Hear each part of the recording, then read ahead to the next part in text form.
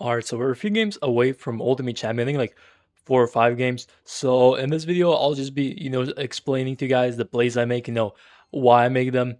But yeah, the season did just like reset, or like not just a few days ago. So, if we hit Ultimate Champion, we should be actually ranked like relatively high. I think maybe like top 200 or something if we have like a good win rate.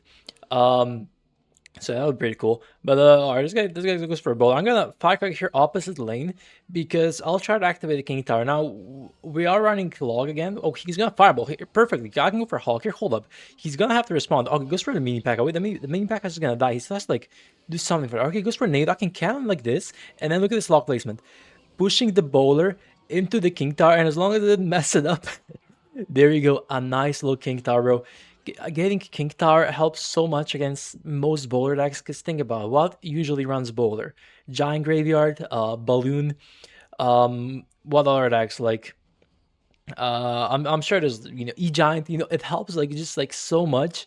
Just having that king tower activated, that it's really just like why not go for it? I mean, you don't, one thing I will say though, Hog gets 2 hits, okay, but yeah, one thing I will say though is don't try to like force it, if that makes sense. Don't try like force the king tower. If it's like, if you think that they can. Interesting there. Wait, let me Hawk here. Hold up. What does he do here? Does he have a? Oh, fair enough. Fair enough. He spared this. This is gonna be like a lot of hog damage.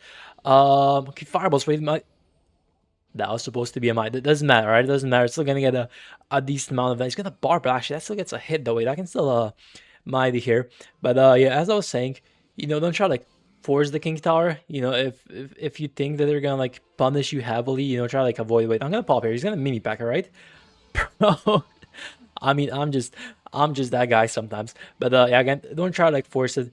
Just think about it. Kind of like try to like acknowledge their elixir at that moment. For example, if you're like already down elixir, and you know that they can go for like a giant or something like opposite lane, or like an e-giant, um, just like try to like think like when you can go for it, when it's safe, and when to like kind of like try to avoid. It's mostly like, okay, this guy's RG. Okay, fair enough. I can go for like a cam mighty here, but yeah, most of the time it's just like kind of a gut feeling. Just like trust your gut. If you think, oh, this guy might punish me here, heavily, if I do try to get the king tower, just might as well not go for it.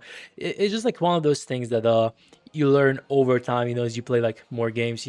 Even if you fail, you're gonna like learn for the next time when to, and like when to not do it. But I guess this guy just gave up. All right, against this guy. Another tip I would have for these like lower arenas is don't play too aggressive. Hogger, it seems like a pretty aggressive, like just go for Hawk first play like I'm doing here, Firecracker behind.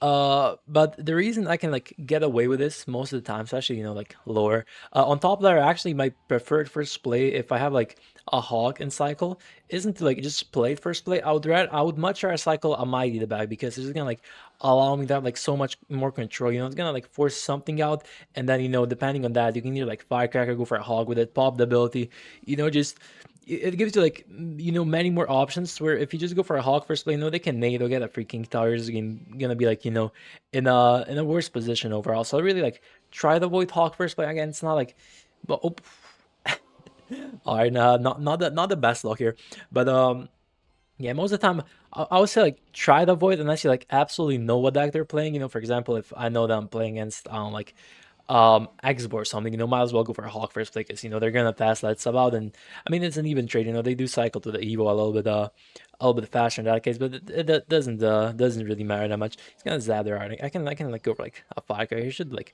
a decent job. Maybe he was actually locks on the Firecracker. All right, that's perfect. I can go for a Hawk here, but yeah, again, just like try like create more control, especially in the single. In double, or like once they already like get King Tower, then you can like kind of start like spamming Hog Riders a little bit. But just for like the first minute or two, just like try avoiding going for them, especially if you like know, or like have a feeling, based on the cards they played, that they have like a tornado or like something they can like easily punish you.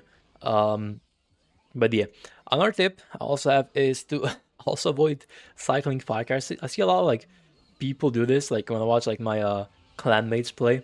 They would just like go for like a Firecracker like first play, or like in single, for like no inherent reason, just like cycling it for the sake of like, I don't know, getting to the Evo. But cycling a Firecracker just like on her own, if you cycle it into like a giant or something like a lava hung, that's perfect. But just like cycling it into nothing, most of the time it's just gonna give them a freaking tower. I mean, you can be like, oh, but I'm just gonna go for a mighty hog with it. Yes, but they can apply pressure up a sling.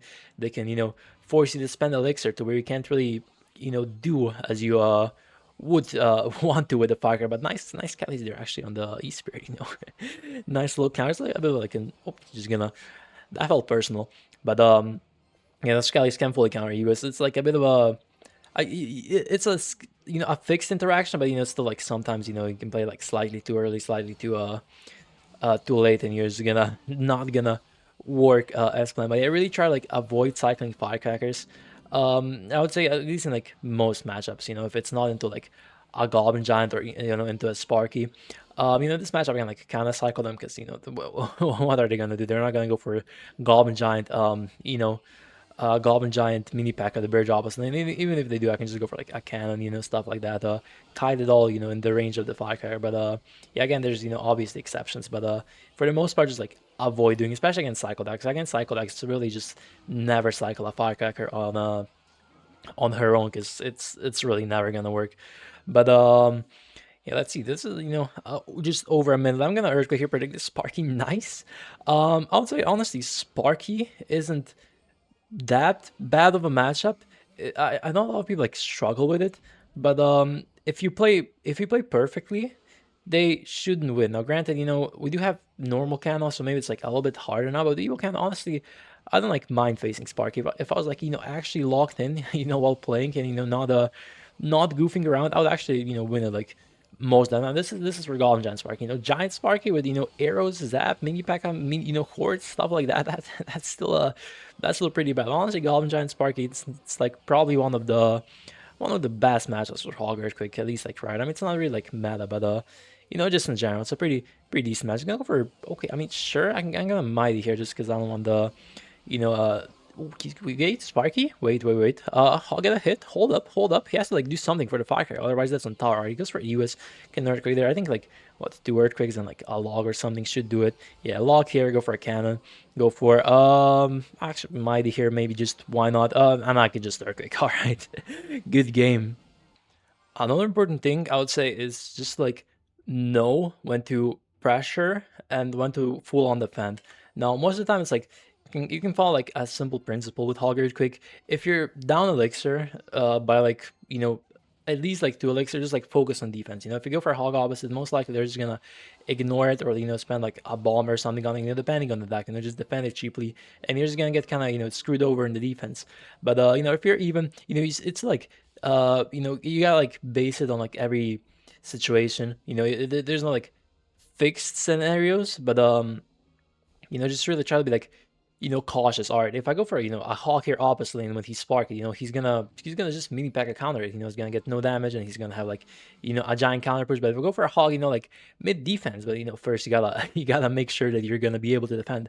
But if I go for a hog mid defense, he's gonna be trying to spell down my firecrackers, my cannons, trying to kill my mighties, and he's not gonna get a he's not gonna have elixir, to defend Hog on the Arlene simultaneously. So it's really just like making them choose where they want to go, like all in, or just defend the Hog, right? And most of the time they will either, I mean, if they go all in, usually let's say like a perfect case scenario, they go all in, Hog gets a lot of damage. You defend. Interesting arrows, like he could have activate King Tire. But yeah, they go all in. They don't defend the Hog. Your Hog gets 7 hits. If it's the Princess Tower, that's what, like almost 3,000 damage, I think, or maybe even more. But yeah, or if they do try to defend it, then most likely your firecrackers on defense, your cannons, even Evo Skellies now, will just go to work, creating some like decent counter pressure, on the lane which you defended in, and then let's say they defend with like a mini pack or something, you can still go for some like Skellies, Ice Spirit, get like a decent trader. But yeah, again, just really, it's really like situation based, but for the most part, just just try to like think what they're gonna defend it with, and if you can then defend the counter push. That's like the easiest, kind of like the easiest way to put it. But yeah, I can go for a Hogger. This guy is running like actually wait, the Inferno's kind of like fucking me up. I don't wanna just actually I'll hog now. But this guy's running like a bit of an interesting deck. Lock here for the prince. All right, hopefully I'm gonna ice spear. I just don't trust him. He might have like a freeze or like vines or something. You never know with these players, man. But he goes for a fireball there. Hold up, I can go for a hawk here. Log this, log the prince. Okay, never mind. I mean, we still have the hit the dark prince, but yeah, I had to go for a nice spear there. Let's see, hawk does get 2 hits, so that's pretty good. I'm gonna firecracker here. He's gonna. I mean, sure, okay, that might work. I can go for a mighty here, and then go for a nice spirit. Maybe that was a little bit too early. I could like probably delay a bit, but he goes for Prince there. Firecracker here, please lock on the. Oh, that did not hit the Inferno. Wait, he wasted the zap. He doesn't have any Grievous Skellies. I mean, he could like fireball them, but he didn't have arrows. He didn't have zap. So this is like another kind of important thing. Just like tracking down, not tracking down, but like tracking their spells in rotation. Just like know when you can defend on something. For example, forcing out like an evil zap on a firecracker, like most of the time on an evil firecracker, then your mighty can go to work, or forcing it out on like evil skellies, or on the mighty, and then your firecracker goes to work. Just really trying to acknowledge they have to spend like the same spell on multiple units. All right, here the next one. Let's see what this guy's playing. Another like pretty important tip, at least nowadays, without the 3-card cycle, is to really know how to cycle your mighties. When to cycle them. For example, depending, big push is oppositely when to not cycle them, because usually, if the opponent was trying to set up with like a Pekka, Lava Hound, anything like that, you would usually cycle the mighty oppositely, just allowing you to get a 3-card cycle and then just stack 5 carries on defense. But nowadays it's not really like that. I feel like, at least from personal experience, but I think it's like also for a lot of like different hawk players, it's just like an instinct to when you're trying to defend like a lava hound, you go for like a mighty opposite, trying to like not necessarily like apply some pressure, but just get the 3-card cycle going, while also applying like a little bit of pressure, just like forcing them to like do something. But nowadays again, 3-card cycle isn't a thing anymore, but it's like an instinct that you go for it. This guy, like it will take like a bit of time to adapt, but yeah, you really gotta like consider in which matchups. For example, if they lava, right? Let's say the lava first play, my hand is like mighty firecracker and some more bullshit. Usually I would have went for the mighty opposite, start cycling firecrackers like crazy into the lava hound. But now if I go for a mighty opposite, that's just gonna clog up my cycle. I'm gonna get to the mighty way before I get to the firecracker, which isn't like that bad of a thing, because I still gotta apply a lot of pressure against lava, because if I don't, then I'm just gonna lose right away. But that's kind of bad for remember him. Hopefully the firecracker does do something. Maybe hit the ghost at least. Okay, honestly not that bad. Thought it was gonna be a little bit worse there. But yeah, but if I cycle the firecracker first, instead of the mighty, I'm gonna get back to another run, relatively soon. And then if they try like, a tip from earlier, if they will like try to spell down, let's say they want to like fireball, or like evil zap the second firecracker, if they lava first play, they're not gonna have evil zap. But let's say, I mean, nowadays lava runs like vines fireballs, so from that principle, if you go for like a second firecracker, and then after that, you can go for like another mighty the bridge, but you go for a mighty the bridge first, and then firecracker, you're not gonna get the DPS on the lava hound, as early as you would want it, if that makes sense. But yeah, so you really gotta like acknowledge when to like start cycling firecracker, so when you can kind of like set up with a mighty opposite lane. But and most of the time, I still do go for the mighty opposite, if it's like giant or giant Pekka, stuff like that, just because again, it will apply like hella pressure with, well, like also it doesn't matter like that much if you cycle lava sling, because you're still gonna get like a decent amount of firecrackers, but especially in single against like lava hound decks, stuff like that, where firecrackers is really like your only defense. For example, against giant, I can defend with cannon, cycle the mighty, but I mean against lava, cannon's not the best counter against it. But yeah, let's see. They have to lock here. I don't think hopefully, okay, the ghost dies. This guy, wait, I'm gonna hawk here. He's gonna fisherman. Nice. This is what I was talking about earlier. Just perfect, pressure while defending, knowing that as soon as he saw the might, he was gonna be like, okay, wait, let me fisherman this. He's not gonna be able to block it in time, and because of that, we do get a lot of damage. Nice slaw there, actually resetting the hunter while also killing this guy. He messes up the fisherman. Okay, wait, I can hawk here because he doesn't have in cycle. Let's see. I don't wanna save the ice spear, in case he goes for the. He's gonna hunter. Wait, that's still gonna be a hit. Okay, I mean at this point I can probably just cycle 2 earthquakes, go for a lock. He's gonna. All right, I thought for a second he was gonna try to fireball cycle me, but yeah.